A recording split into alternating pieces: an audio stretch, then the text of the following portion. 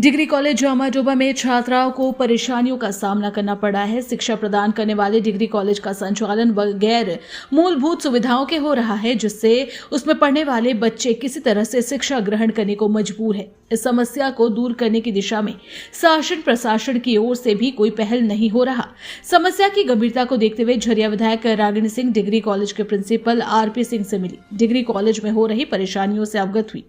इस दौरान विधायक ने कॉलेज का निरीक्षण तो किया कि देखा चारों ओर गंदगी पसरा हुआ है। कॉलेज में पढ़ रहे बच्चों को पानी खरीद कर पीना पड़ा है। डिग्री कॉलेज के प्रिंसिपल ने बताया, जिला प्रशासन को इससे अवगत करा चुका हूं, लेकिन अभी तक किसी तरह की कॉलेज को सुविधा नहीं मिली है। हम लगातार प्रयास कर रहे हैं। वहीं झरिया विधायक रागिनी सिंह ने कहा कि जल्द ही डिग्री कॉलेज की समस्याओं का मामला उठेगा। बच्चों के भविष्य के साथ किसी तरह की खिलवाड़ नहीं सहन की जाएगी। बच्चों को बेहतर शिक्षा मिले, कॉलेज में हर सुविधा मुहैया कराया जाए।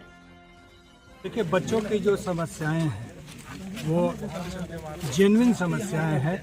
सफाई की व्यवस्था, स्वीपर नहीं होने की वजह से, स्वीपर का एक भी पद सरकार द्वारा यहाँ पर नहीं चिन्हित है, तो स्वीपर नहीं होने की वजह से वॉशरूम वगैरह गंदे पड़े हुए हैं।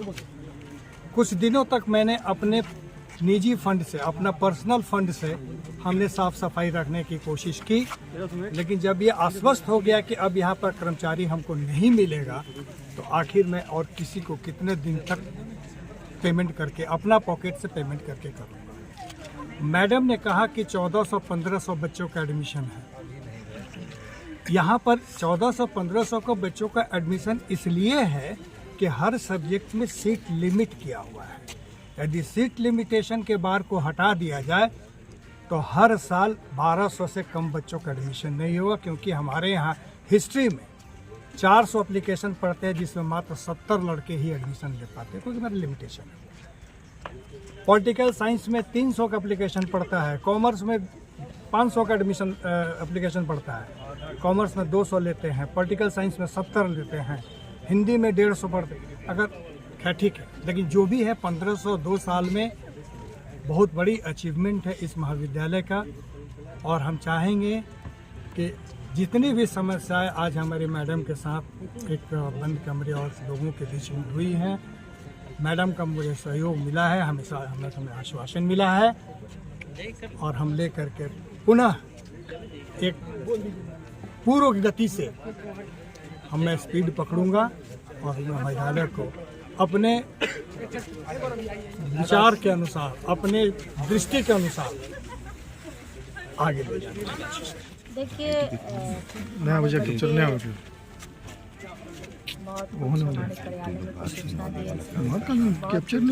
में कमियां हैं, और कमियां होने के कारण इन्हें भी दोष नहीं दे सकते। कहीं ना कहीं हम लोग 1 घंटा बैठकर मीटिंग किए और ये भी अपना समस्या बताया। 2 साल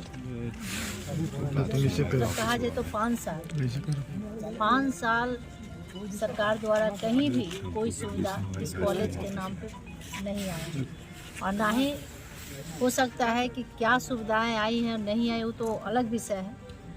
और यूनिवर्सिटी से भी जो सुविधा मिलनी चाहिए इस कॉलेज में, जबकि मूलभूत सुविधा जो होती है, ना सफाई है, ना यहाँ कोई गार्ड है, और आप बाथरूम का जो हालत जाकर देखिए कि बच्चे हमारे कैसे, जबकि यहाँ पीने का पानी तक नहीं है। हमारे बच्चे अपने से खरीद कर पानी पीते हैं। तो सोचिए कि बल्कि और उल्टा 5 साल लगातार प्रयास किया गया कि कॉलेज को कैसे इसको बंद किया जाए। उल्टा यही प्रयास रहा 5 साल, जिसका देन है कि आप पूरा कैमरा घुमाकर देख सकते हैं आगे से पीछे तक, कि अगर थोड़ा सा भी इसमें अगर किसी का प्रयास रहता तो आज झरिया के एक सबसे खूबसूरत ये डिग्री कॉलेज है, माननीय विधायक जी द्वारा उस समय बनाया गया था। और ये कोई हमारा पर्सनली ये कॉलेज नहीं है, हमारे क्षेत्र के लिए है, जबकि जगह जगह से हमारे बच्चे आए, और जो भी लोग यहाँ जो अपना बोर्ड लगाया, कम से कम एक ब्लैक बोर्ड लगा देता तो हमारे बच्चे को पढ़ने में, क्लास करने में सुविधा बढ़ती। इसी बोर्ड लगाने का शौक ज़रूर था, लेकिन कॉलेज में क्या साधन चाहिए उसकी चिंता नहीं थी। और लगातार बल्कि हमारे प्रिंसिपल साहब को भी टॉर्चर किया गया कि इस कॉलेज को बंद कर दिया जाए, ये भाग जाए, यहाँ के कोई भी कर्मचारी ना रहे। कोई 2-4 अपराधी द्वारा बुलाकर और धमकियाँ मिलती थी, तरह तरह के। हम मतलब सुनकर बहुत हम दुखी हैं कि ऐसी भावना, ऐसे सोच किसी की कैसे हो सकती है।